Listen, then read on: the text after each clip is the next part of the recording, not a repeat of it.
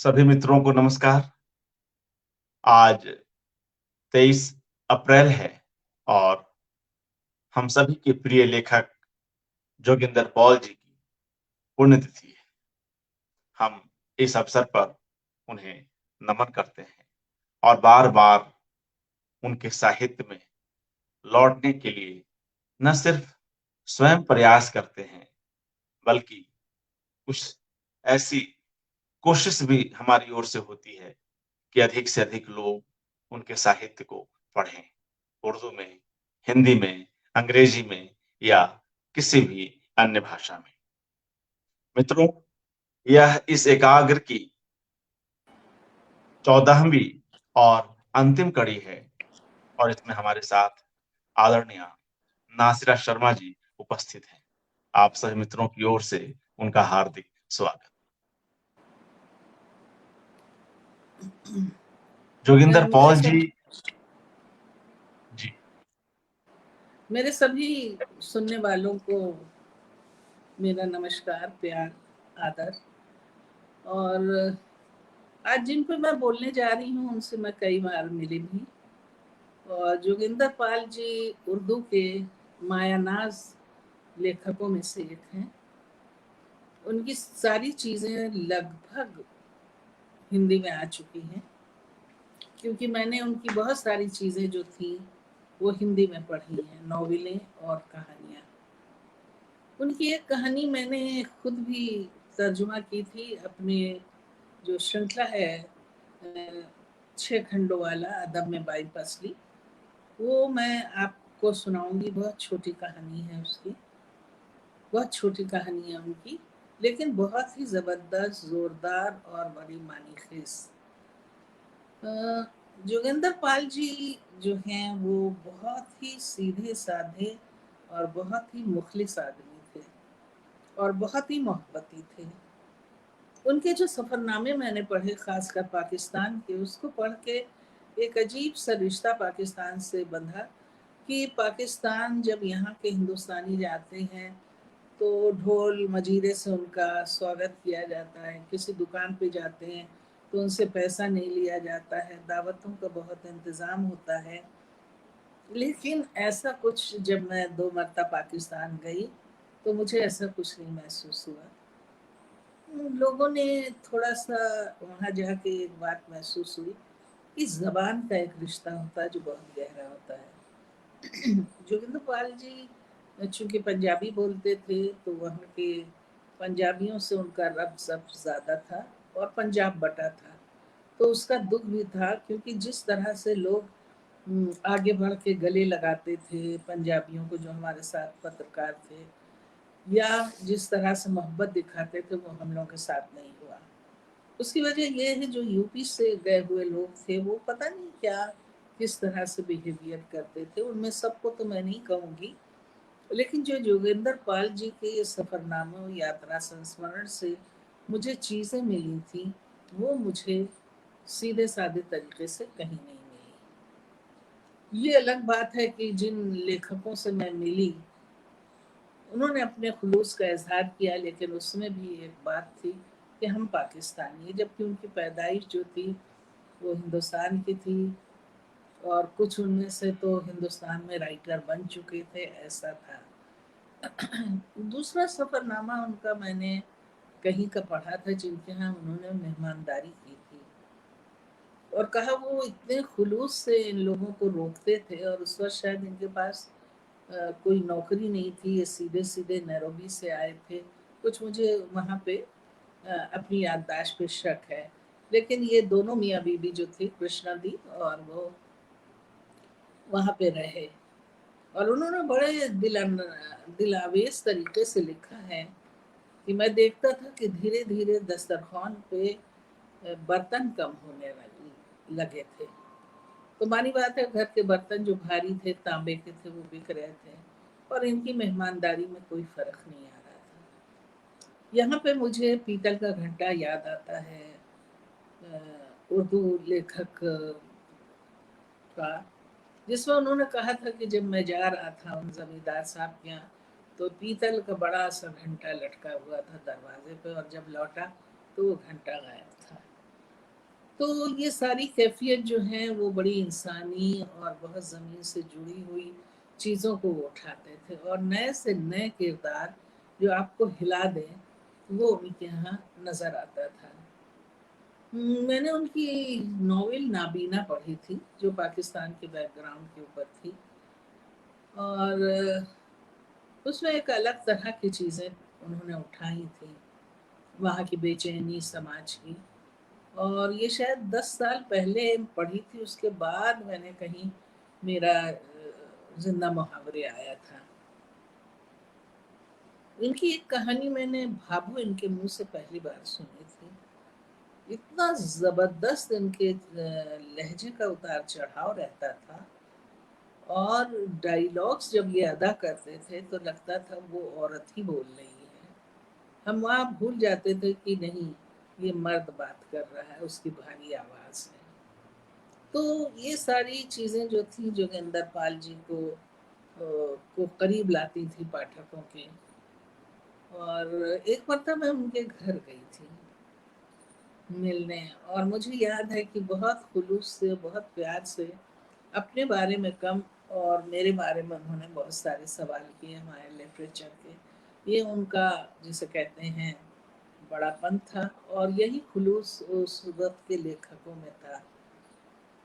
उसके बाद संवाद हम लोगों ने जब शुरू किया था, तो संवाद में भी एक बार आप आए थे, और वहाँ पे भी बहुत ज़बरदस्त एक कहानी उन्होंने सुनाई थी। यहाँ पे मैं कुछ और भी बोल सकती हूँ, लेकिन चूँकि मैंने उनके बारे में अपनी किताब में लिख रखा है, तो अगर आप इजाज़त दें तो मैं उसको थोड़ा-सा पढ़ दूँ। वो 1.5 पेज का है, और उसके बाद फिर मैं कहानी पढ़ना चाहूँगी। जी, जी, स्वागत। मैंने जहाँ पे उनकी ज़िंदगी के बारे में लिखा है और लेखन के बारे में लिखा है, उस छोटे से लेख का मैंने नाम दिया है, ज़िंदगी की ऊबड़-खाबड़ राहों का मतवाला किस्सा गो। क्योंकि जितनी इनकी ज़िंदगी थी वो बहुत उतार-चढ़ाव और बहुत ही, जिसे कहते हैं, संवेदनाओं से भरी हुई थी। तो मैं शुरू करती हूँ।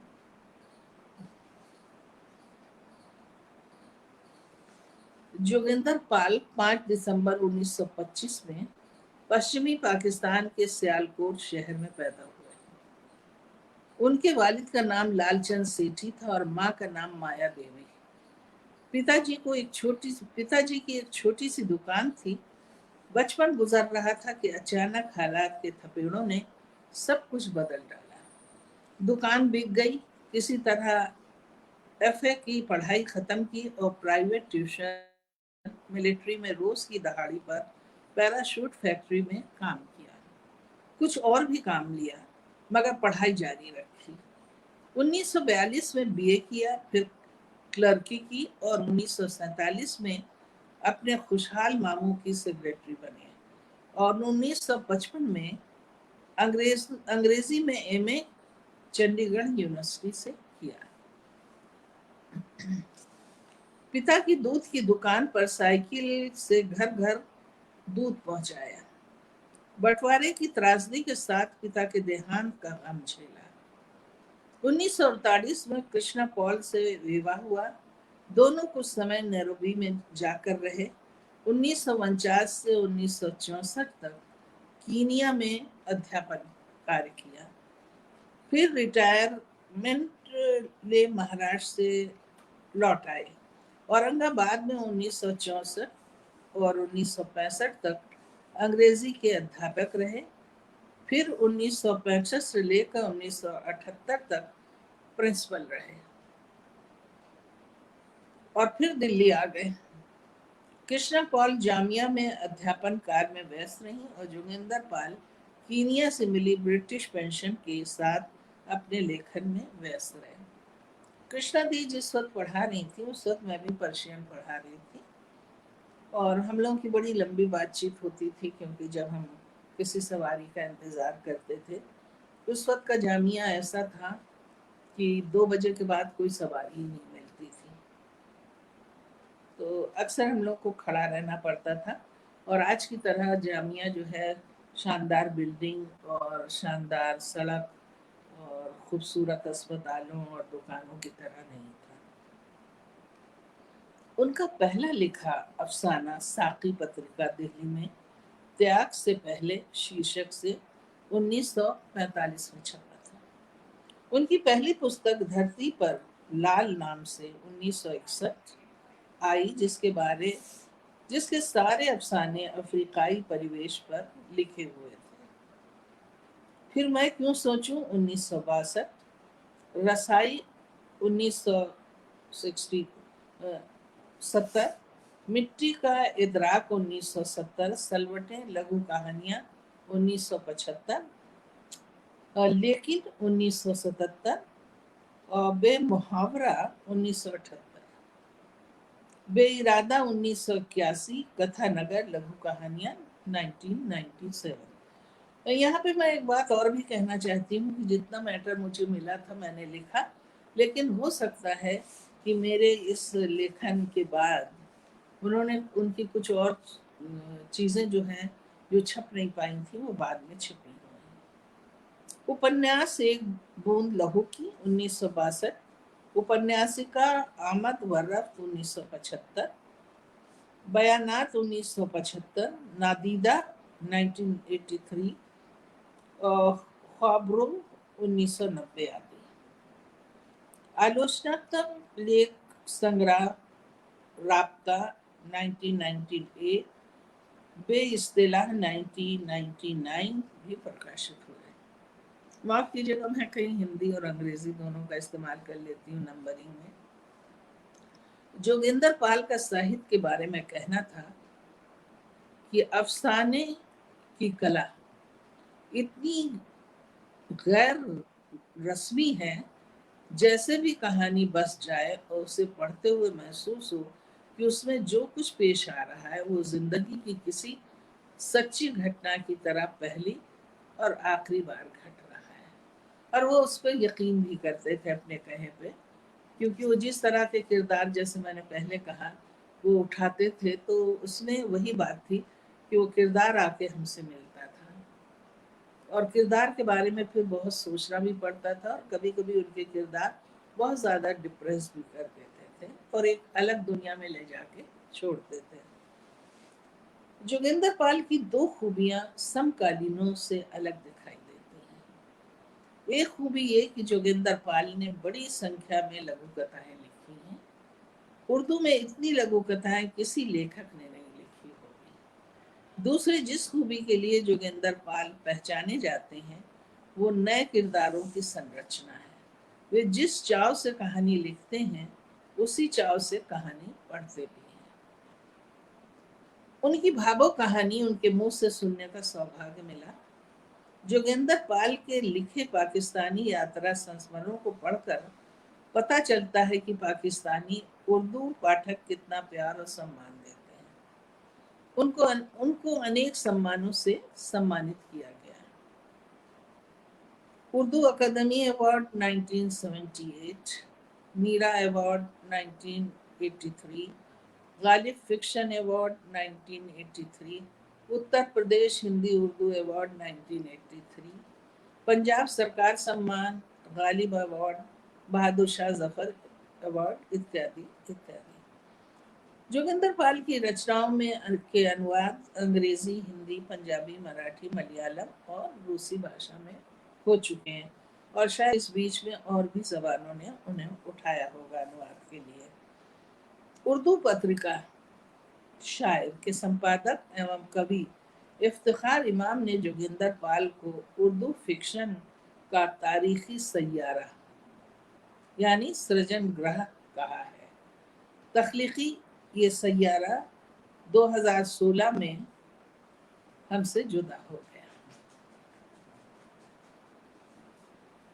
जोगिंदर पाल जी जो थे, बहरहाल उनमें एक डिसिप्लिन था उनकी राइटिंग में, शायद इसलिए कि वो टीचिंग लाइन में थे, और सब्र भी था क्योंकि हैंडल करते थे वो बाहर के विदेशी और देशी विद्यार्थियों को। तो ये सारी खूबियाँ जो आप काम करते हैं, वो आपके कैरेक्टर का हिस्सा बनते हैं और फिर वो आपकी रचनाओं में नमूदार होते हैं। इनकी बहुत सारी कहानियाँ ऐसी थीं जिनको मैं उठा सकती थी और अनुवाद कर सकती थी। लेकिन ये छोटी कहानी ने मुझे हिला के रख दिया। वैसे तो इसमें पहली शायद मैं सुनाऊँ तो किसी को लगेगा कि क्या बात थी। लेकिन ये बाद में जब इसके इकोज़ आप सुनते हैं, तो बहुत ही गहरी चीज़ है, जो आज ज़रा खुल के हमें खबरों में नज़र आती है और हमको बताती है कि कहाँ से कहाँ रिश्ते रोटी और पेट के लिए पहुँच जाते हैं। तो कहानी का नाम है जागीरदार। वो 12-13 साल की बड़ी मासूम छोकरी थी।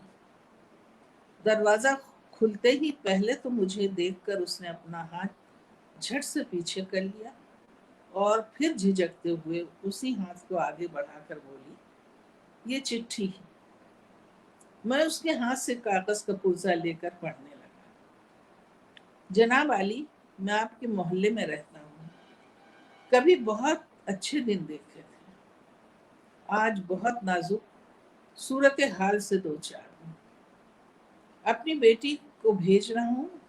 मुमकिन हो तो कम से कम 5 रुपए भेज दीजिए, ताकि मैं घर में हांडी पका सकूं। आपके पैसे जल्द ही लौटा दूंगा। शरीफ आदमी हूँ, मगर मैंने आखिरी 2 सतरें पढ़े बगैर चिट्ठी लिखने वाले का नाम देखने के लिए नजर नीचे सरकाई। जागीरदार। और जेब से 5 का नोट निकालकर लड़की के हाथ में थमा दिया। मुझे यहाँ आए हुए 1 माह भी नहीं हुआ था और इतने बड़े मोहल्ले के सभी लोगों से क्या अपने निकट पड़ोसियों से भी अभी तक ना वाकिफ था। होगा कोई गरीब बेचारा। मैं दरवाजा बंद करके अंदर वापस आ गया। इस घटना को कोई 1.5-2 महीने हो गए। मैं एक दिन सिनेमा का मैटनी शो के लिए जाने की तैयारी कर रहा था कि किसी ने दरवाजा खटखटाया। दरवाजे पर वही लड़की खड़ी थी। मुझे ख्याल आ गया कि शायद पैसे लौटाने आई हो। ये चिट्ठी। उसके बाप ने उसी इबारत के साथ फिर 5 रुपए मांग भेजे थे। मैंने जल्दी से जेब से 2 रुपए निकाले और लड़की से कहा, ले जाओ। लड़की चली गई। मुझे शर्मिंदगी सी हुई। कोई ऐसी मजबूरी हो तो सफेद पोश इस तरह हाथ फैलाते हैं। मुझे 5 ही भेज देना चाहिए था। इसके बाद वो लड़की मुझे 4-5 माह तक नजर न आई और फिर एक दिन दरवाजे पर वैसे ही खटखटाहट हुई। वही लड़की खड़ी थी। ये चिट्ठी।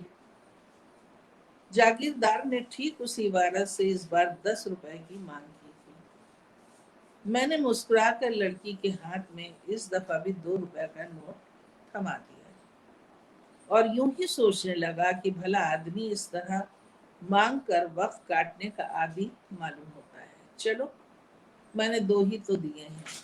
सर झटक कर मैं अपने काम में मशगूल हो गया। पिछले 7-8 माह से ज्यादा वक्त मैंने कारोबार के सिलसिले में घर के बाहर बिताए। इस बीच वो लड़की कभी आई हो तो मुझे मालूम नहीं। आज सुबह के वक्त मैं दूध वाले का इंतजार कर रहा था। थोड़ी देर बाद घंटी की आवाज सुनकर मैं बर्तन लेकर बाहर आ गया कि दूध डलवा लूं। दरवाजे पर दूध वाले के बजाय एक अधेड़ उम्र का शरीफ पोश शख्स खड़ा था। मेरा नाम जागीरदार है। आइए। नहीं, मुख्तसर सी बात करना है, यही कह देता हूँ। कहिए। इस बार लड़की को चिट्ठी देकर नहीं भेजा, खुद ही हाजिर हो गया हूँ। मुझे आपसे एक दरख्वास्त करनी है कि मैंने उसे 2 रुपए देने के लिए जेब में हाथ डाला। नहीं, ठहरिए, पहले मेरी गुजारिश सुन लीजिए। मैं अपनी चिट्ठियों में जो रकम लिखूं, मेहरबानी करके आप वही भेजा करें। मैं उसकी तरफ हैरत और गुस्से से देखने लगा। मेरी बेटी अब पूरी जवान हो चुकी है जनाब, अब तो आपको पूरे ही पैसे चुकाने होंगे। तो ये है जोगिंदर पाल जी की मुख्तसर सी कहानी, जो आपको झंझोड़ के रख देती है। और ये लिखी गई होगी बहुत पहले, लेकिन समाज तो नहीं बदला। समाज में जो मजबूरी है वो किस तरह से निपटाई जाती है, औरत के सहारे या लड़कियों के सहारे वो सामने आती है, जो दर्दनाक है। तो ये रहा जोगिंदर पाल जी के बारे में मेरा मुख्तसर सा, जो मैंने उनको देखा, पसंद किया और पढ़ा। जी, शुक्रिया। और मित्रों, हम देख रहे हैं कि जिस तरह जोगिंदर पॉल जी एक साथ कई भाषाओं के जानकार रहे और उर्दू में खास तौर से कई विधाओं में लिखते रहे, उसी तरह नासिरा शर्मा जी भी कई भाषाओं में आवाजाही रखती हैं। हिंदी में मूल रूप से लिखते हुए भी इनके दूसरी भाषाओं से किए गए अनुवाद कार्य भी उतने ही महत्वपूर्ण हैं। मित्रों, जोगिंदर पॉल जी पर यह एकाग्र 10 अप्रैल से हमने शुरू किया और आज 23 अप्रैल है, उनकी पुण्यतिथि। इस बीच हमने कुल 14 कार्यक्रम किए। मैं एक बार यहाँ आने वाले सभी वक्ताओं के नाम ले लूं। पहली कड़ी में हमारे साथ सुकृता पॉल कुमार जी आई। दूसरी कड़ी में चंदना दत्ता जी आई, जो लगातार उन पर काफी काम कर रही हैं। सुकृता जी स्वयं उनकी पुत्री हैं, बड़ी संतान हैं और बड़े ही मन से उनसे जुड़े विभिन्न कार्यों को अंजाम दे रही हैं। अंग्रेजी में खास तौर से उनके कारण उनकी बहुत सारी चीजें आज सहज ही उपलब्ध हैं। तीसरी कड़ी में हमारे साथ उनके औरंगाबाद के दिनों के साथी और उनके छोटे भाई जैसे इंतिखाब हमीद खान जी उपस्थित हुए। उन्होंने भी विस्तार पूर्वक अंग्रेजी और उर्दू साहित्य को लेकर अपनी बात की। चौथी चौथी कड़ी में हमारे साथ औरंगाबाद से ही ज्ञान प्रकाश मोदानी जी आए। उन्होंने भी जोगिंदर पॉल जी के एक प्राध्यापकीय जो स्वरूप है, जो एक गुरु का जो एक रूप है और जो एक शिक्षक की लोकप्रियता है, उस पर सविस्तार बात की। पांचवी कड़ी में अबू जहीर रब्बानी जी आए, जो उनके कथेतर गद्य पर लगातार काम कर रहे हैं और उनके गल्प पर भी इन्होंने काफी कुछ लिखा है। छठी कड़ी में मैं स्वयं हाजिर हुआ और उनकी एक कहानी का पाठ किया, बेहद प्रसिद्ध कहानी बू बू, उस पर भी हमने चर्चा वहां की है। सातवीं कड़ी में जहीर अनवर जी आए। उन्होंने भी इनसे जुड़ी कई महत्वपूर्ण बातचीत की। आठवीं कड़ी में पुण्य प्रकाश त्रिपाठी जी। नौवीं कड़ी में मोहम्मद आसिम सिद्दीकी जी आए और आगे की कड़ियों में उषा नागपाल जी, अशोक भौमिक जी, निजाम सिद्दीकी जी, अतीकुल्लाह जी और यह 14वीं और अंतिम कड़ी है, जिसमें हमारे साथ हमारे समय की वरिष्ठ रचनाकार नासरा शर्मा जी को हमने सुना। तो इस तरह से कुल 14 कड़ियां हुई और हमने इन विभिन्न कड़ियों में कोशिश की कि एक लेखक के विभिन्न रूप आ सकें। जोगिंदर पॉल जी की कहानियों पर चर्चा हुई, उनके उपन्यासों पर चर्चा हुई, उनके जो अफसानचे हैं, जो लघु कथाएं हैं, उन पर चर्चा हुई, उनके द्वारा जो लिखे गए खाके हैं, उन पर चर्चा हुई और जो उनका खुद का एक विभाजन से जुड़ा जो उनकी यात्रा है और जो किनिया तक जाती है, वापस भारत आती है, तमाम तरह के जो पेचो-खम हैं उनके व्यक्तित्व में, उनकी अपनी निजी यात्रा, उस पर भी कई वक्ताओं ने अपनी बात रखी। और इस तरह से एक शिक्षक का भी एक जो स्वरूप है हमारे समाज में, उसको लेकर भी हमारे कुछ वक्ताओं ने खास तौर से अपनी बात रखी। तो इस तरह से मित्रों, आज हम उन्हें याद करते हुए एक तरह से उन्हें श्रद्धांजलि दे रहे हैं और नास्टा शर्मा जी ने उनसे जुड़ी कई महत्वपूर्ण बातें हमें बतलाई। अब हम लोग इस एकाग्र को यहीं समाप्त करते हैं और एक बार आप सभी मित्रों का जो इस एकाग्र से जुड़े रहे, जो इस कार्यक्रम से जुड़े रहे, का शुक्रिया अदा करते हैं और इस एकाग्र में आए तमाम वक्ताओं का हार्दिक धन्यवाद कि जिन्होंने पूरी तैयारी के साथ समय निकालकर इस सीरीज में शामिल हो सके। नासरा जी, एक बार पुनः हार्दिक अभिनंदन। शुक्रिया। मुझे अर्पण खुशी होती अगर कोई कहानी के बारे में कुछ कहता या मेरे ट्रांसलेशन के बारे में कहता तो मुझे अच्छा लगता। जी, यह हाँ, मैं बता दूं मित्रों, यह जो अभी नासरा जी ने यह जो कहानी पढ़ी जागीरदार, इसका अनुवाद नासरा जी ने स्वयं उर्दू से हिंदी में किया है।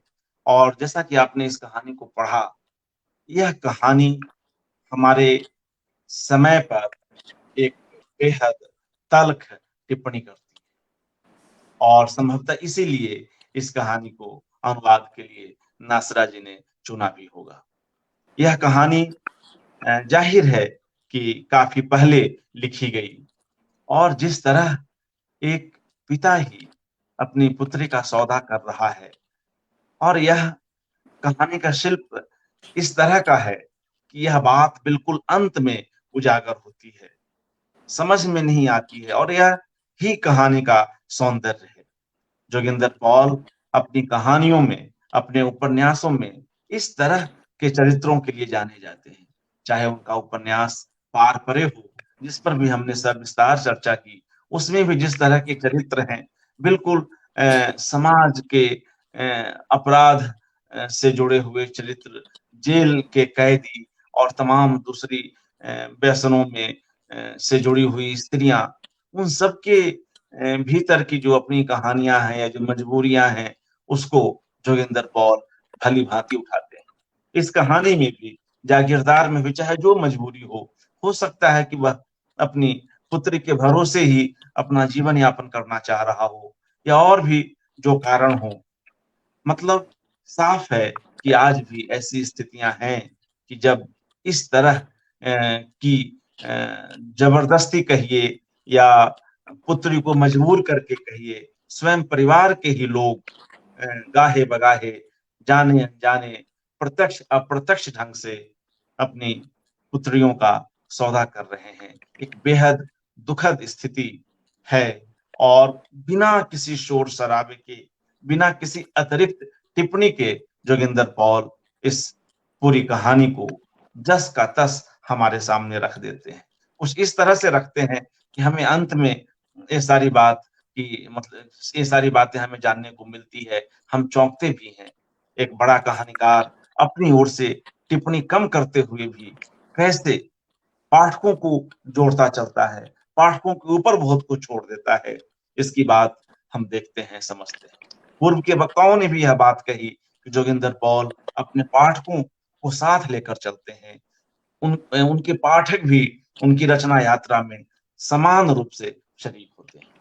नासर शर्मा जी ने जिस संजीदगी के साथ और जिस बेहतरीन ढंग से इस कहानी का अनुवाद किया और उसका पाठ किया, वह अपने आप में कमाल का है। जी, इस तरह से कोई और ऐसी बात जो आप जाते जाते कहना चाहें, क्योंकि यह एकाग्र आज हम लोग यहाँ पर विधिवत समाप्त भी कर रहे हैं, कोई और ऐसी बात उर्दू, समग्र उर्दू साहित्य में देखते हुए उनकी पीढ़ियों के बीच और उनके समकालों के बीच कैसे आप कुछ रेखांकित करना चाहेंगी जोगिंदर पॉल जी को?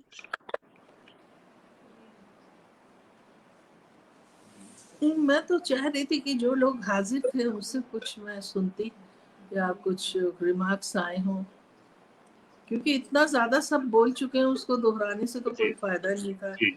और जो बचा हुआ मेरे पास था उसके अलावा उसको समेट के मैं बोली थी, तो मुख्तसर बात, लेकिन अपनी तरह से था, छोटा सा। जी, जी, निश्चय ही मित्रों, हम जब तब नासर शर्मा जी को कष्ट देते हैं और यथासंभव आप आती हैं, हमें अच्छा लगता है और एक समर्थ साहित्यकार को विभिन्न विषयों पर बोलते हुए सुनना अच्छा लगता है। अभी हाल ही में गुजरात से लौटी हैं और वहां भी विभिन्न कार्यक्रमों में व्यस्त रही। कई सद्भावना कार्यक्रमों में साहित्येतर विषयों पर भी पूरी गर्मजोशी के साथ, पूरी तैयारी के साथ अपनी बात करती रही। नास्टा शर्मा जी एक साथ हिंदी, उर्दू, अरबी विभिन्न साहित्यों में अपनी जगह रखती हैं और आज यहाँ जोगिंदर पॉल जी पर सुनकर हमें सचमुच काफी अच्छा लगा। एक बार पुनः आपका हार्दिक आभार। जी, आपका भी बहुत-बहुत धन्यवाद अर्पण। जी, शुक्रिया मित्रों। और इस तरह से आज हम जोगिंदर पॉल जी पर केंद्रित इस एकाग्र को यहीं समाप्त करते हैं। धन्यवाद। जी।